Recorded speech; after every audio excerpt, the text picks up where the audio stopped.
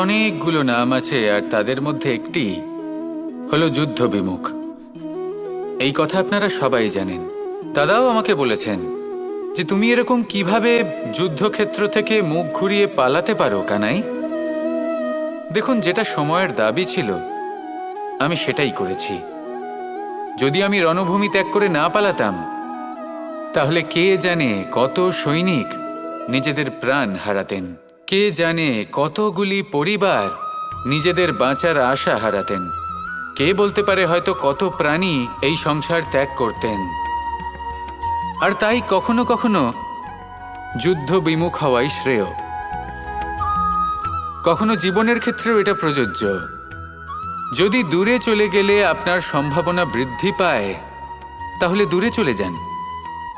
দূরে চলে যান সেই সকল ব্যক্তিদের থেকে যারা কথায় কথায় আপনাকে অপমান করেন, আপনার নিন্দা করেন, আপনাকে বাধা দেওয়ার চেষ্টা করেন, আপনাকে ছোট করেন। কারণ তাদের সাথে থেকে, সেই সকল ব্যক্তিদের সাথে থাকলে যারা আপনার মূল্য বোঝেন না, আপনি নিজের আত্মসম্মান, নিজের আত্মবিশ্বাস, নিজের ব্যক্তিত্বকে নত করে ফেলবেন। দূরে চলে যান সেই সকল সংঘর্ষ থেকে, সেই সকল পরিস্থিতি থেকে যাদের সম্মুখীন হয়ে আপনি কোনো পরিণামেই পৌঁছতে পারবেন না। যদি আপনি এইভাবে যুদ্ধ বিমুখ হয়ে উঠতে পারেন, যদি এই প্রবৃত্তি আপনি নিজের মধ্যে জাগ্রত করতে পারেন, তাহলে আপনার সামনে সেই যুদ্ধ চলে আসবে যাতে বিজয় লাভ করে আপনি নিজের অস্তিত্ব খুঁজে পাবেন। আর সেটাই হলো সবথেকে বড় জয়লাভ। আসুন আমার সাথে ভালোবেসে বলুন, রাধা রাধা। মানুষ একটা অত্যন্ত শ্রেষ্ঠ কর্ম করতে পারেন, সেটা হলো ভুলে যেতে পারা। আর সেটা বরদানের চেয়ে কম কিছু নয়। মানুষকে যখন কোনো কারণে নিজের প্রিয়জনদের থেকে দূরে যেতে হয়, তখন মনে দুঃখ জাগ্রত হয়। তিনি সেই দুঃখকে ভুলতে পারেন। কখনো কোনো সম্পর্ক থেকে যদি দুঃখ পেয়ে থাকেন, তখন সেই দুঃখকে ভুলতে পারেন। কিন্তু এই সংসারের প্রত্যেক আবেগ, প্রত্যেক বস্তু ভুলে যাওয়া উচিত নয়। বিশেষ করে আমাদের প্রিয়জন, আমাদের পরিবারের সদস্য, যখন এই সংসার থেকে ওনারা চলে যান, তখন যে সৎকর্ম ওনারা করেছেন, যে প্রেরণা ওনারা আমাদের প্রদান করেছেন, কখনো ভুলে যাওয়া উচিত নয়। যখন আপনি কোনো উঁচু স্থানে পৌঁছে যান, আপনি সাফল্য লাভ করেন, তখন সেই সকল বন্ধুদের ভোলা উচিত নয় যারা আপনার সাথে আরম্ভ থেকে ছিল, যারা সব সময় আপনাকে সাহায্য করেছে। আর সবথেকে গুরুত্বপূর্ণ কথা, আপনার বয়স যতই বৃদ্ধি পাক না কেন, মাতা পিতাকে কখনো ভুলবেন না। আপনি যতই বড় হন না কেন, আপনি তাদের সন্তানই থাকবেন। অভিজ্ঞতার দিক থেকে ওনাদের থেকে ছোটই থাকবেন। তাই সবসময় নিজের মাতা পিতাকে নিজের সাথে রাখুন, কখনো তাদের ভুলবেন না।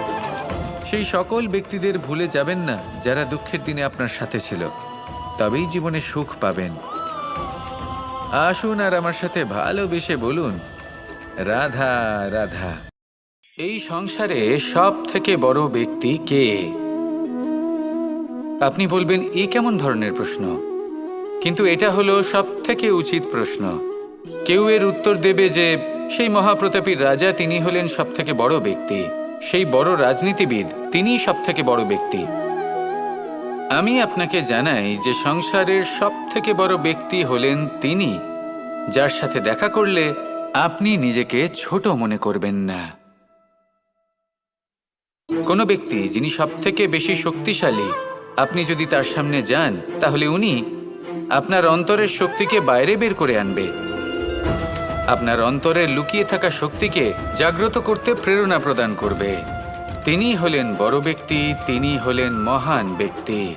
তিনি নন যিনি নিজের বল এবং ঐশ্বর্য দ্বারা আপনাকে তার সামনে ছোট প্রমাণ করবেন। এবং সেই জন্য মহাদেব আমার আরাধ্য হলেন আমার খুব প্রিয়। কারণ রাজা হোক বা ফকির, কেউ যদি ওনার সামনে যান, তাহলে সে নিজেকে ছোট মনে করেন না। আপনিও যদি জীবনে অনেক বড় হতে চান, তাহলে কাউকে কখনো নিজেকে ছোট মনে করতে দেবেন না। তার অন্তরে বড় হয়ে ওঠার প্রেরণা প্রদান করুন। আসুন আমার সাথে ভালোবেসে বলুন, রাধা রাধা। এই সংসারের একটা নিয়ম আছে, বা বলতে পারেন লোকে তাই বলে, যে শক্তিশালী হয় সে শক্তিহীনকে নত করে দেয়। এমনটাই হয়, তাই না? আবশ্যক নয়। কখনো কখনো এমনও হয়, একজন অসমর্থ ব্যক্তি সমর্থ ব্যক্তিকে নত করে দেন। এটা সম্ভব, এও হতে পারে।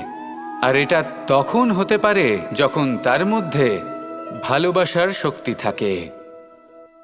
ভালোবাসার শক্তি এই সংসারে সবথেকে বড় শক্তি হয়।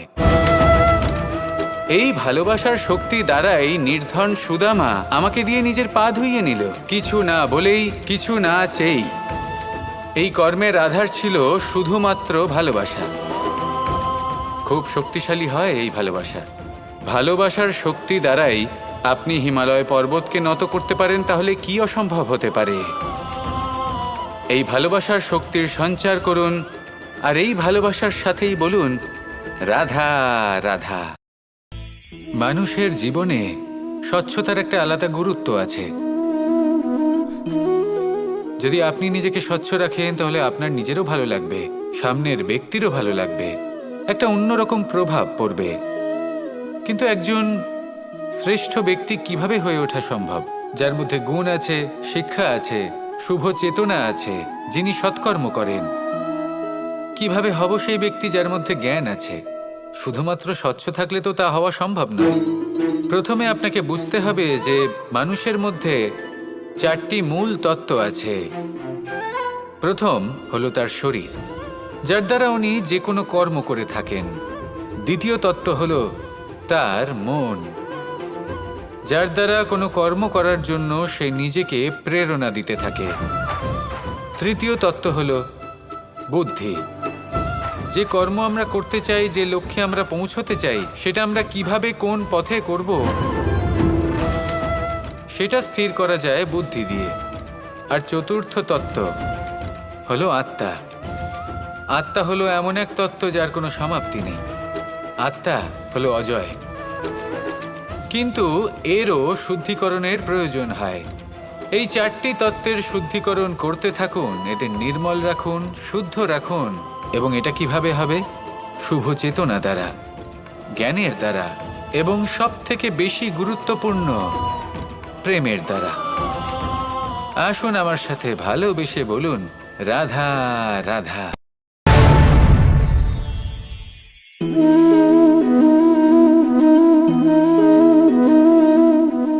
জল এই সংসারের সমস্ত প্রধান তত্ত্বের মধ্যে একটি।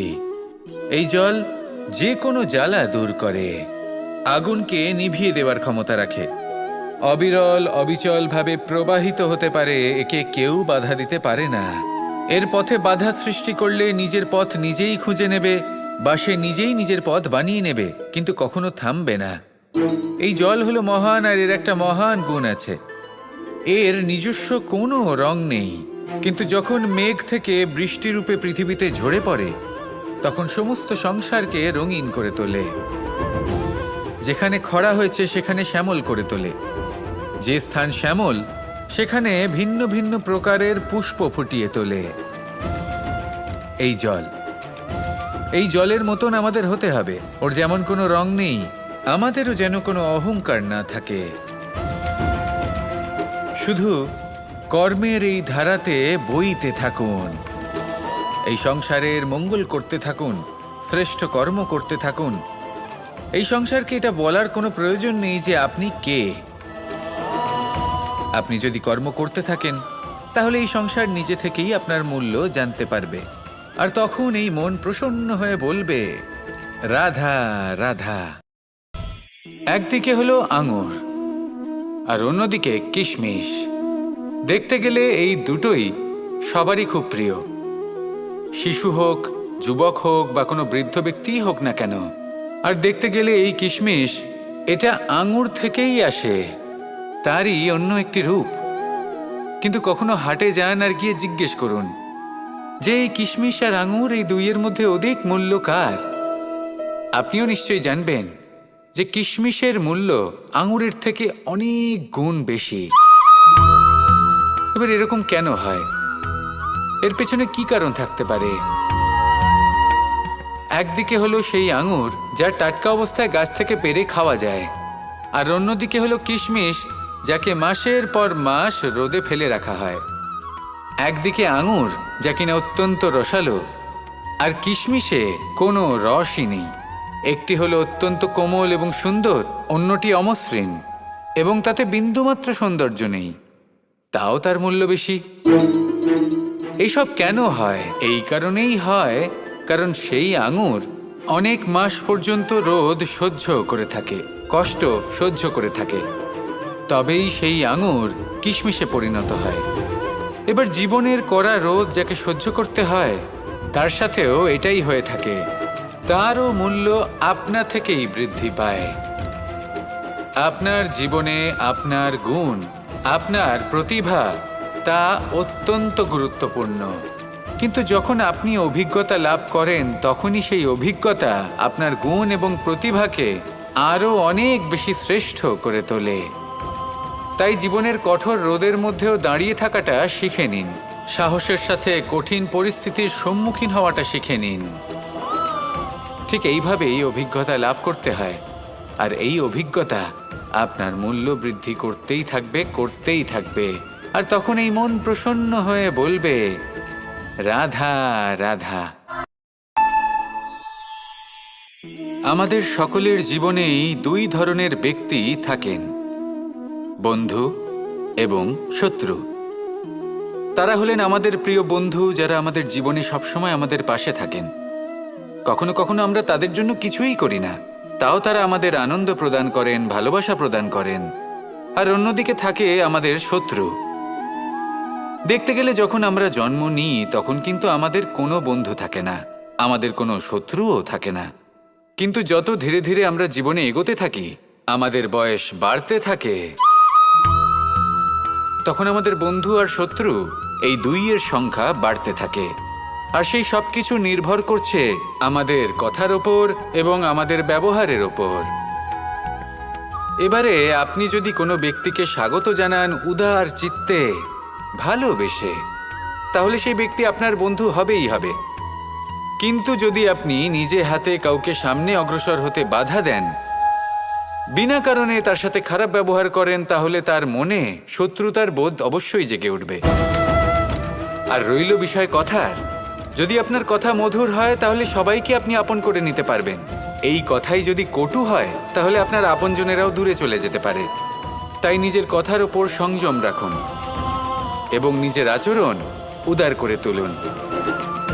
জীবনে সুখই সুখ থাকবে।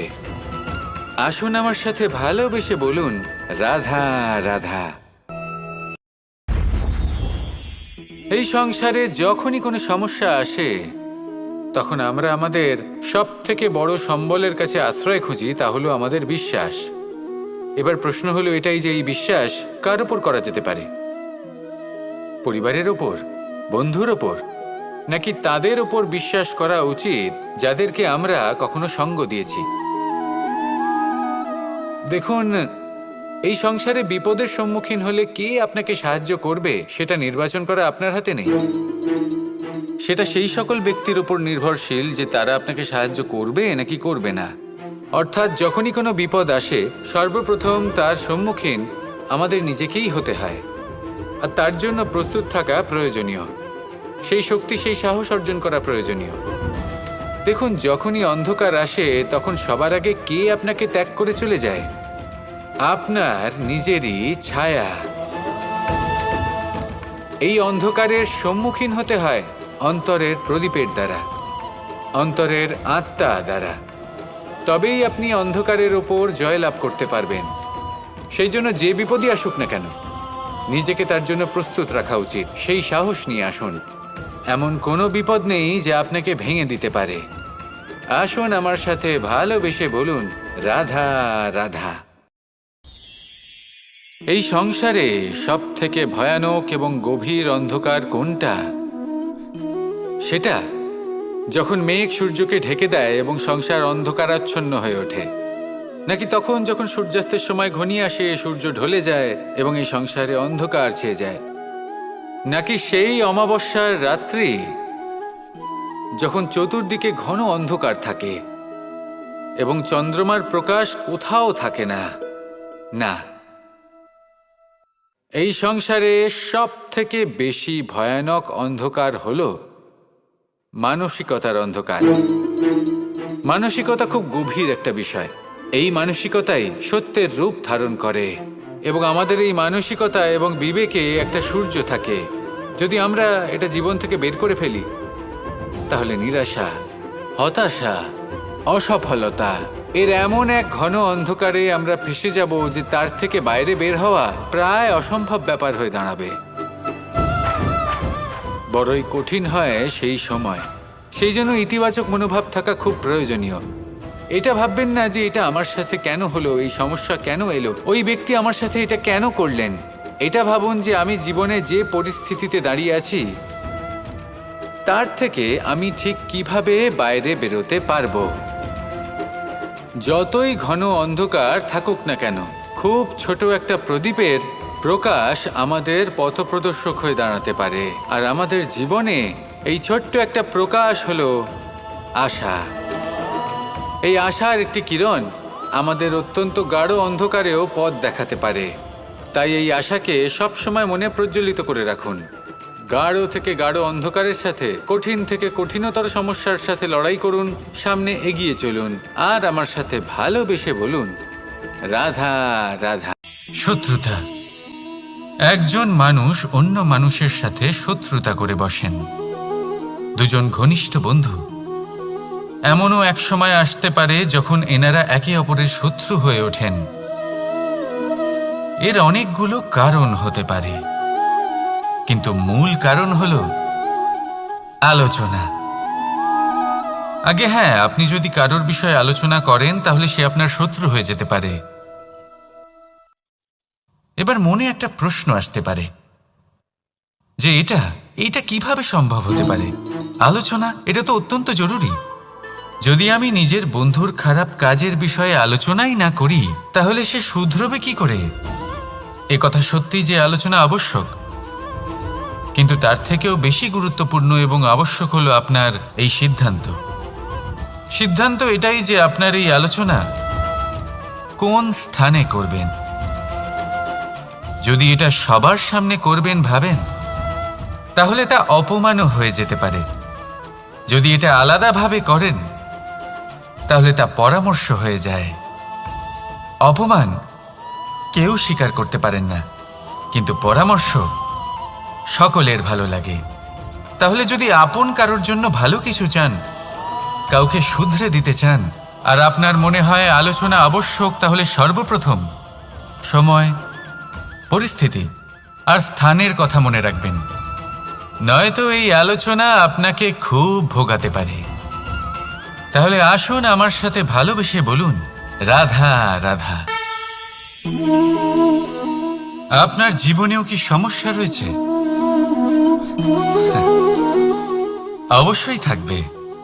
প্রত্যেকের জীবনেই সমস্যা থাকে। প্রত্যেক মানুষ জিজ্ঞাসাও করেন যে এই সমস্যা আসলে কি আর কেন আসে জীবনে। আপনাকে একটা কথা বলে দিই যে সমস্যা আসলে সেটা নয় যা আপনার পথে বাধা সৃষ্টি করে, বরং সমস্যা হলো সেটাই যেটা আপনি তখন দেখতে পান যখন আপনার একাগ্রতা আপনার পথ থেকে, আপনার লক্ষ্য থেকে সরে যেতে থাকে। আর এই সমস্যাগুলি দূর করার জন্য, এর সমাধান করার জন্য একটাই পথ আছে। নিজের সমস্ত ভাবনা আরো একবার একাগ্র করুন নিজের পথের দিকে, নিজের লক্ষ্যের দিকে। আপনার সমস্ত ভাবনা যদি কেন্দ্রীভূত হয় নিজের লক্ষ্যে, তাহলে এই সমস্যা দূরে থাকবে। যদি এরকম না হয়, যদি আপনার মন একটু অন্যদিকে চলে যায়, তাহলে এই সমস্ত সমস্যা আবার সামনে চলে আসে আর বাড়তেও থাকে। দেখুন, যেখানে আপনার লক্ষ্য রয়েছে, বান যদি সেখানেই চালাতে হয়, তাহলে দৃষ্টি তো সেদিকেই রাখতে হবে। তবেই তো আপনি সেই লক্ষ্য ভেদ করতে পারবেন। সেই জন্য মনে রাখবেন, সর্বদা লক্ষ্য রাখবেন নিজের পথে, সেই পথেই সামনে এগোতে থাকুন নিজের লক্ষ্যের দিকে।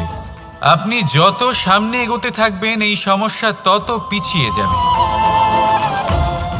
তাহলে আসুন আমার সাথে ভালোবেসে বলুন, রাধা রাধা। এই পাখিরা সত্যি খুব সুন্দর, আমার খুব ভালো লাগে।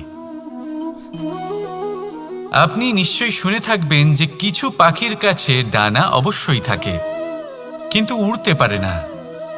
তারা চায় উঁচু আকাশে উড়ে বেড়াতে এবং মেঘেদের সাথে কথা বলতে, করতেই পারে না। এবার এই সংসারেও পাওয়া যায় ঘুড়িও। এদের মধ্যে না জীবন আছে, না প্রাণ আছে, আর না আছে ডানা, কিন্তু এরা আকাশের সাথে কথা বলে, হাওয়ার বেগের সাথে কথা বলে, আনন্দ করে, উৎফুল্ল হয়ে ওঠে। আকাশে জীবনের কিছু মুহূর্ত কাটায়। তার কারণ কি হতে পারে? কারণ হলো সুতো। এই সুতো যদি সঠিক হাতে থাকে তাহলে এই কাগজের তৈরি ঘুড়িও আকাশের উচ্চতায় উড়ে বেড়াতে পারে। এবার এই সুতো আসলে কি? এই সুতো হলো আসলে ভালোবাসার, এই সুতো হলো আসলে বিশ্বাসের। আর এটা আপনি দিয়ে থাকেন তাদের হাতে যাদের আপনি বিশ্বাস করেন, যাদের আপনি নিজের সর্বস্ব দিয়ে দেন। ভেবে দেখুন, এই ভালোবাসা আর বিশ্বাসের সুতো আপনি যদি সঠিক মানুষের হাতে দিয়ে দেন তাহলে আপনি অনেক উচ্চতায় উঠতে পারবেন, আকাশের উচ্চতায় উড়ে বেড়াতে পারবেন, মেঘের সাথে কথা বলতে পারবেন, পাখিদের মতো উড়তে পারবেন, যা ইচ্ছে তাই করতে পারবেন।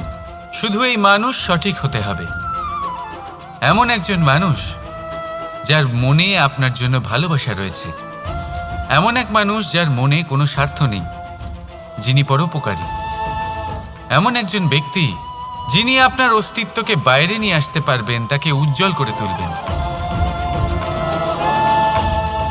তাহলে ভালোবাসুন, আনন্দ করতে থাকুন, আর এই আনন্দ সহকারে বলুন, রাধা রাধা। আমরা সকলে এমন ব্যক্তির সাথে থাকতে চাই যারা খুব মিষ্টি কথা বলেন, যাদের ব্যবহার আমাদের ভালো লাগে, যারা দেখতে সুন্দর হন, যাদের আমরা পছন্দ করি। আর সবসময় এমন ব্যক্তির থেকে দূরে থাকতে চেষ্টা করি যাদেরকে আমরা পছন্দ করি না, যাদের কথা আমাদের খারাপ লাগে, যাদের কথা একটু কঠোর হয়। আমরা সবসময় চেষ্টা করি এদের থেকে দূরে থাকার, ঠিক কিনা? কিন্তু যদি বাস্তবটা দেখি তাহলে এই কঠোরতা জীবনে শান্তির প্রলেপ দেয়। ওষুধও একটু কড়াই হয়, কিন্তু এ কি করে? আমাদের সুস্থ করে তোলে। ঠিক সেইভাবেই ভালোবাসার এই অধ্যায় একটু কঠিন, একটু কড়াও মনে হতে পারে, কিন্তু এর ফল সবসময় আপনাদের স্বাস্থ্যের পক্ষে ভালোই হয়। সেই জন্য যদি কেউ আপনার নিন্দে করে, আপনাকে কড়া কথা শোনায়, আপনার ব্যাপারে আলোচনা করে, তার মানে এটা নয় যে সে আপনার শত্রু। হতে পারে তিনি আপনার বন্ধু হন, আপনার জন্য ভালো চান, আপনাকে শুধরে নিতে চান, আপনার মধ্যে কোনো পরিবর্তন দেখতে চান। সেই জন্য কখনো কারোর কথা শুনে বা কাউকে দেখে প্রাথমিকভাবে এই সিদ্ধান্ত নেবেন না যে তিনি আপনার শত্রু হন নাকি আপনার বন্ধু হন। এমনও শত্রু হয়ে থাকেন যে গুড়ের মতো মিষ্টি মিষ্টি কথা বলে আসলে আপনাকে বিষ পান করিয়ে দেবেন, আর এমনও বন্ধু থাকেন যারা আসলে নিমের মতো কড়া কথা বলেন কিন্তু আপনাকে অমৃত পান করান। এদের মধ্যে পার্থক্য করতে জানতে হবে, কে আসলে শত্রু হন আবার কে আসলে মিত্র হন। এই পার্থক্য যখন আপনি করতে শিখবেন তখন আপনি এই সংসারের সব থেকে সুখী প্রাণী হয়ে উঠবেন। এই পার্থক্য বোঝা সহজ নয়, কিন্তু অবশ্যই আবশ্যক। রাধা রাধা। অসুখ। এমন কোনো মানুষ আছেন এই সংসারে যার অসুখ করে না? প্রত্যেক মানুষ কখনো না কখনো অবশ্যই অসুস্থ হয়েছে, তার এই শরীর রোগের শিকার অবশ্যই হয়েছে। এবারে দেখুন, এই রোগ আসে আবার এই রোগ চলেও যায়, কিন্তু সেই রোগ আমাদের কষ্ট দিতে কেন সক্ষম হয়? কারণ হলো স্বচ্ছতা। যদি এই স্বচ্ছতা শরীরে না থাকে তাহলে মানুষকে শারীরিক কষ্ট পেতেই হবে। ঠিক সেইভাবেই অত্যন্ত প্রয়োজনীয় হলো এই স্বচ্ছতা যেন মনেও থাকে। যদি এই স্বচ্ছতা মনে না থাকে তাহলে মানুষ চারিত্রিকভাবে কষ্ট সহ্য করেন। এবারে নিবারণ কি হতে পারে? বড়ই সহজ এর উপশম। যদি রোগ শরীরে হয় তাহলে সর্বপ্রথম স্বচ্ছতা বজায় রাখতে শিখুন। এই শরীরকে পরিষ্কার রাখতে শিখুন। বিচক্ষণতার সাথে এই রোগের সম্মুখীন হন। ভয় পাওয়ার কোনো দরকার নেই। ব্যায়াম করতে থাকুন, সব ঠিক হয়ে যাবে। সেইভাবেই যদি এই অসুখ মনে হয় তাহলে কি করা যায়? সর্বপ্রথম তার আধারের উপরে নজর দিন। আপনার এই আধারই হলো আপনার আহার। যা আপনি আহার করবেন সেরকমই মানুষ হয়ে উঠবেন। সেইভাবেই আপনি যেরকম ভাবেন সেরকমই মানুষ হয়ে উঠবেন। সেই জন্য নিজের ভাবনাকে শুভ করুন, নিজের দৃষ্টিভঙ্গিকে শুভ করে তুলুন। সব কিছু সঠিক হবে। আপনার আমার সবার মধ্যেই এক রাক্ষস বাস করে। তার সম্মুখীন হন, তাকে পরাস্ত করুন। তাহলে এই রোগ সে শরীরেই হোক বা মনের মধ্যে, যদি সঠিক সময় তাকে আটকানো না যায় তাহলে যে কোনো সময় তা মহামারীর রূপ ধারণ করবে। সেই জন্য সাবধানে থাকুন, সুস্থ থাকুন। তাহলে আসুন আমার সাথে ভালোবেসে বলুন,